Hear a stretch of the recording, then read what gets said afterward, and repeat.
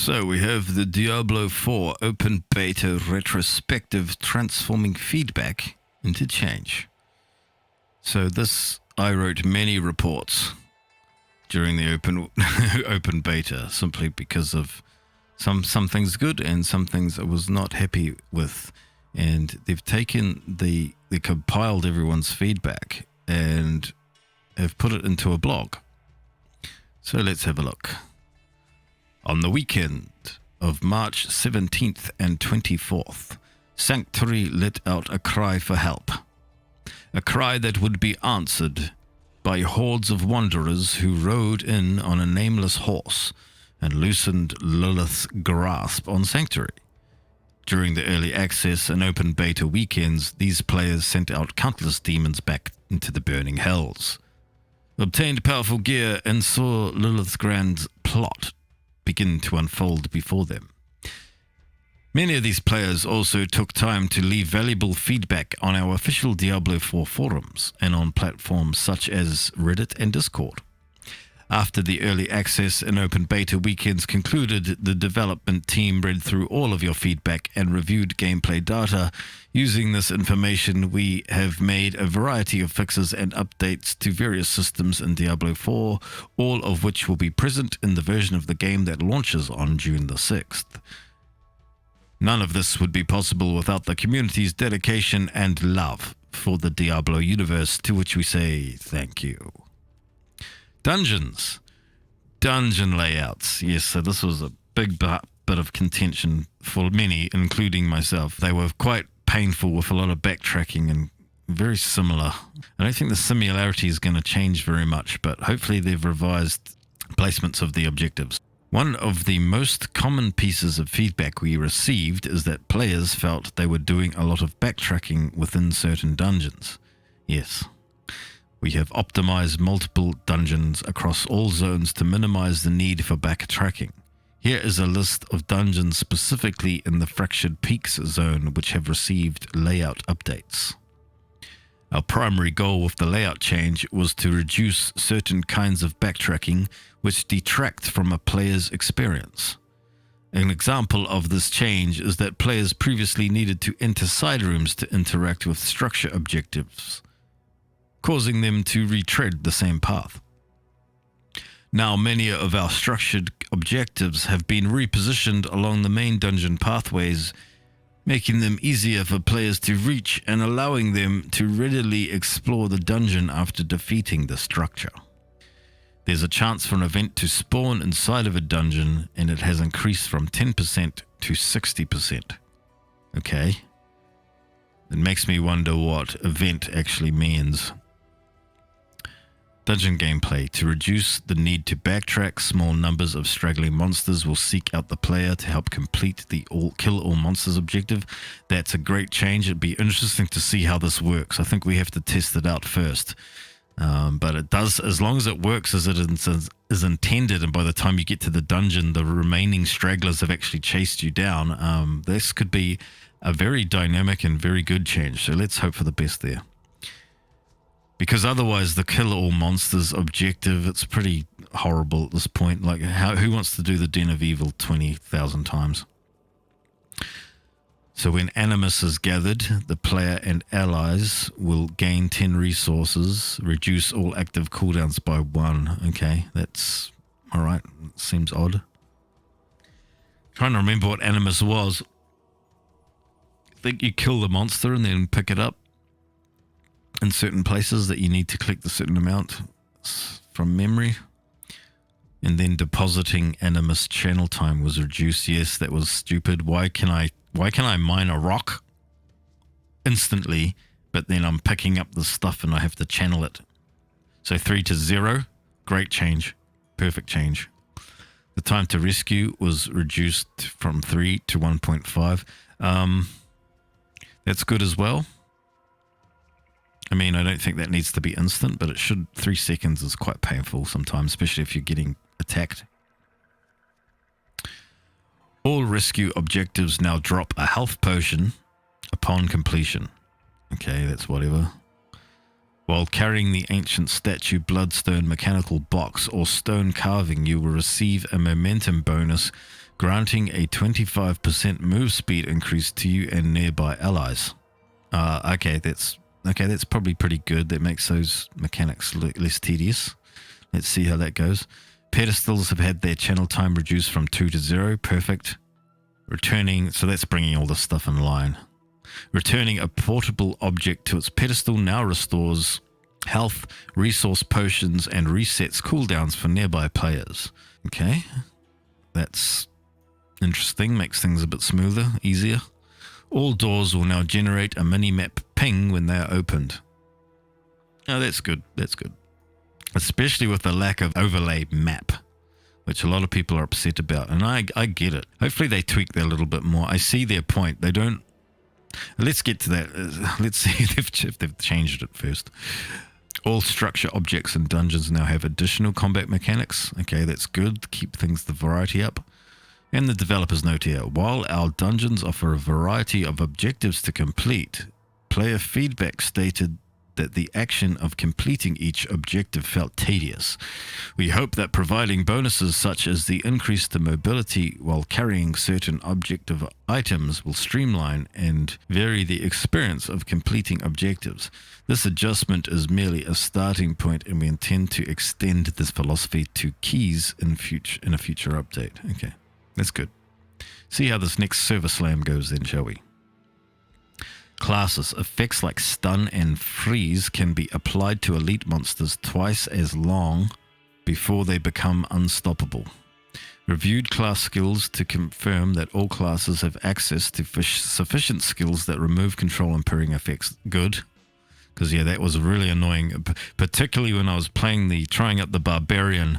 I think I went into one dungeon, there was a spider boss, but the spider would, like, web you and you couldn't move, and then it would run away, which is all well and good for a range class like the Sorceress, which I did it without even thinking about it the first time around. But for the Barbarian, it was extremely tedious. Many legendary powers have had their updates to their effectiveness. Okay, good. Hard to tell about that stuff because it's vague until you try it out.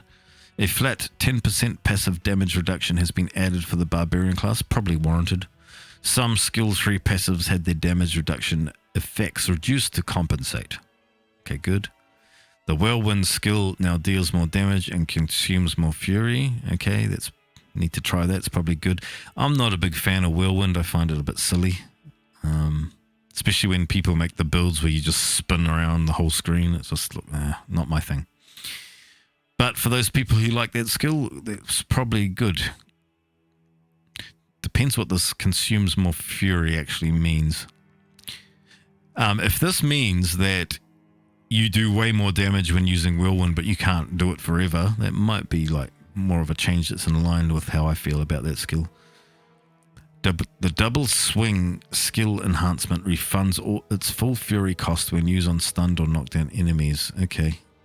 Not sure how good that's actually going to be. I guess it depends on how often your build stuns things. Druid. Companion skills will now deal heavily increased damage. All ultimate skills have had their cooldowns reduced. Okay. So better pets. Usability improvements have been made to the maul and pulverize. It's pretty vague. Hard to tell what that actually means. Using a non-shape-shifting skill will transform a druid back into their human form. Okay. I didn't really play a lot of the druid, especially after playing the other classes and just probably not really been my thing. Necromancer. Summon minions will die more often, requiring players to utilize corpses more often. I do have to admit, when I was playing around with the summoning, I don't think I remembered having to resurrect a skeleton even once. So I can see how that could be annoying, but it also depends on how much they've adjusted that and how often they die, because obviously micromanaging skeletons is probably not so fun, but it's also not fun that they're just this passive DPS thing that runs around after you all the time. So let's see how that unfolds. Many bonuses in the Book of the Dead have had their stats increase. I'm particularly interested in this because it did seem underwhelming. in the last beta. And I kind of have this idea. I want to make a bit of more of a melee build if possible with Necromancer. One of my gripes is about how melee works, and I've had the same gripe since Diablo 3. On my Necromancer build, it had the bone spears thing where it like almost shotguns, and if you've got a two-handed weapon, it actually looks like if you're right in the monster's face, it actually looks like you're swiping them with the sword, and then all those bones shotgun into that monster. So I kind of feel like I want to make a solo tanky sort of Necromancer that focuses on melee more. Hopefully the Book of the Dead bonuses, so you don't use the minions at all, hopefully those will compensate enough to make that possible. Let us see. The damage dealt by corpse explosion has been reduced here. I didn't use this skill, but apparently it was way overpowered.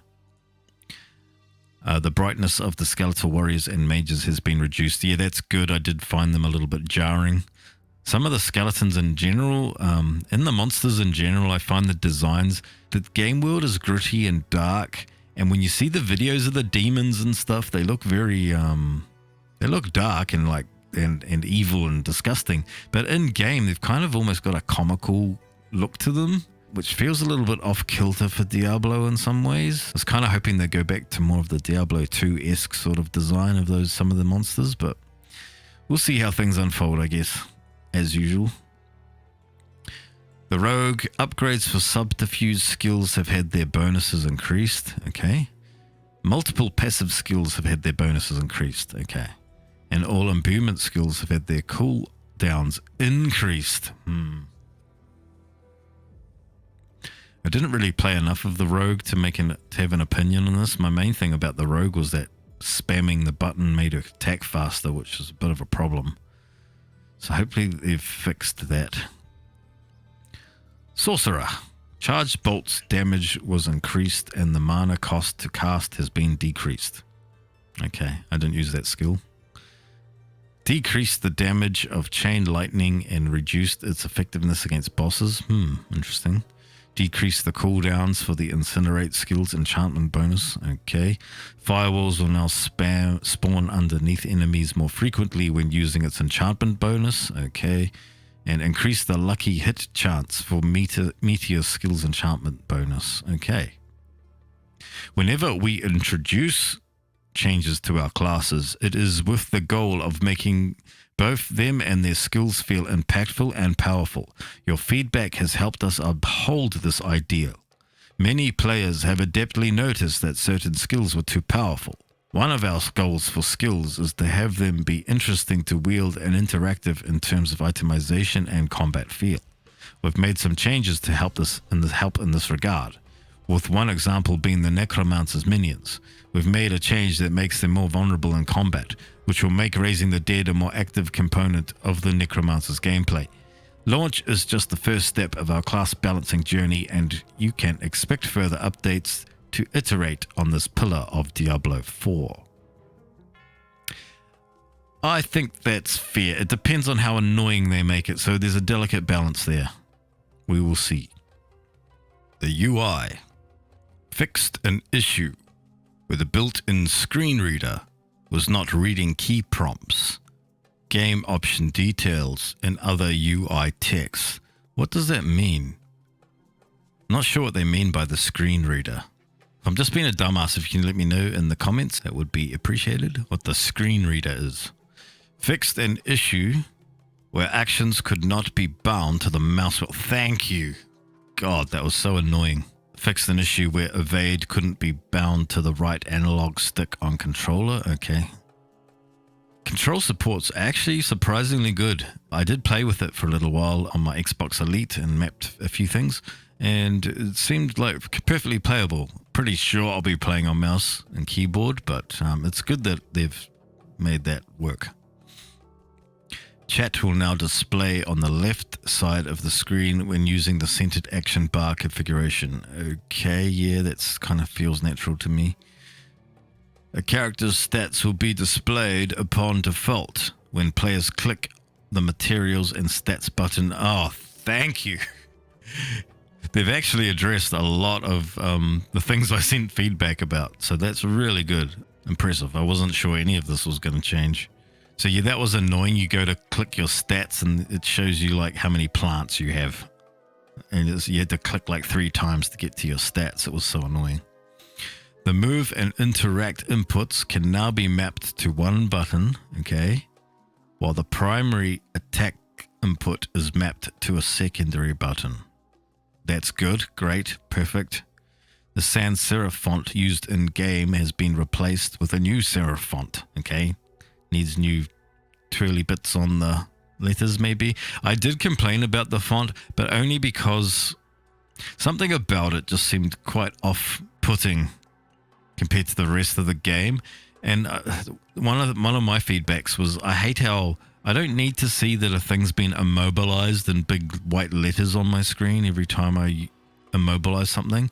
There needs to be some sort of better visual feedback. Like make it like a graphics effect or something, you know? I don't need to see immobilized in sans serif font. Encounters. Fixed multiple issues that allowed bosses like the Butcher to become unresponsive. Okay, I don't think I encountered that problem. The Butcher has been re-evaluated for difficulty and will present a greater challenge in World Tiers 3 and 4. Okay. Bosses such as Ch'Tort, Malnok, and Melnad, Vinard, and others were evaluated for melee. Okay. Character difficulty resulting in changes to attacks and fight mechanics. Okay. We need to see how that pans out. Fixed an issue where vampire brutes using the shadow enchant affix would chain cast Impale. Don't think I encountered that one either. Cellars. Increased the chance for a dungeon event to occur in cellars. They were very boring. And it seemed like you're entering the same cellar every single time. So I hope they've got the art team on that to work on some more world spaces. Cellars will now consistently reward a chest upon completion. Okay. Fix an issue where cellars would prematurely be marked as complete. Fix an issue where guaranteed elite monster would be absent from a cellar. Okay. I don't think that those are all good, but they don't really fix the underlying problem I had with cellars. But maybe they're worth doing now, at least. General quality of life. Fixed an issue where players could increase attack speed by move cancelling attacks too early. Oh, they did fix that. I was actually surprised. That's good. Yes. Because that was... I mean, I am a little bit guilty of spamming the attack button when I play these games, but really you just want to hold them down. And not have an advantage for spamming. That's really bad design. Fixed an issue where characters weren't immune and untargetable after loading into an area. Yes, I encountered that. You get out of a dungeon and there's all these monsters bashing on you and you come into the load screen, which probably needed to be adjusted slightly. The reset dungeon button has been disabled. I assume this one's going to be controversial, but looking at the live feed, it appears that they've what they've done is it sort of times out and resets once you're out of the dungeon.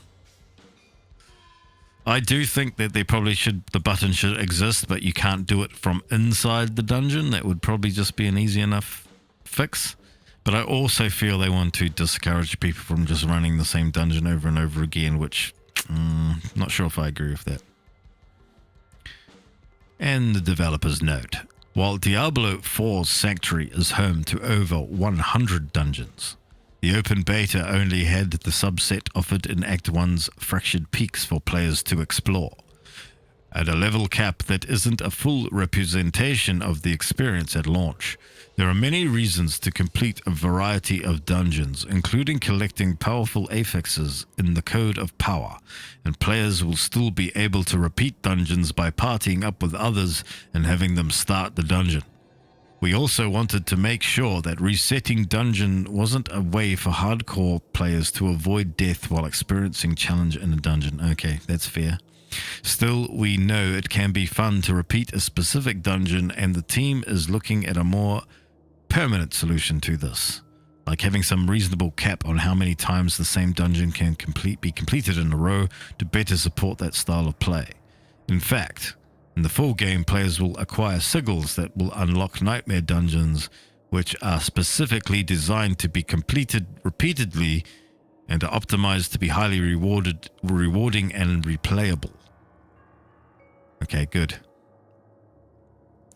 And they fixed an issue that caused Gale Valley and Sarek Rapture to have less monsters than intended until the campaign quests in those territories were completed. Cool. They announced the new Server Slam event, I think in early May. I was not going to play Diablo 4 again until release, and I decided not to post my footage on YouTube just because I was having some encoding problems from the PC optimization, and it was a little bit choppy.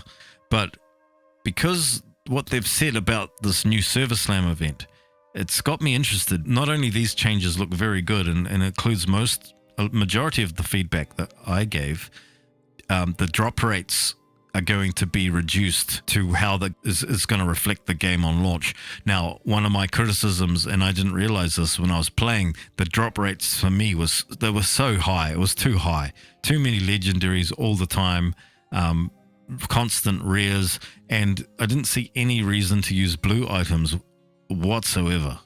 So hopefully that's in a lot better place now.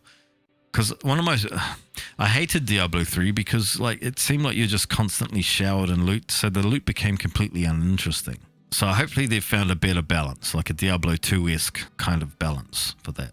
I think the only thing they didn't really address is, I have an issue, and this is a problem with Diablo 3 as well.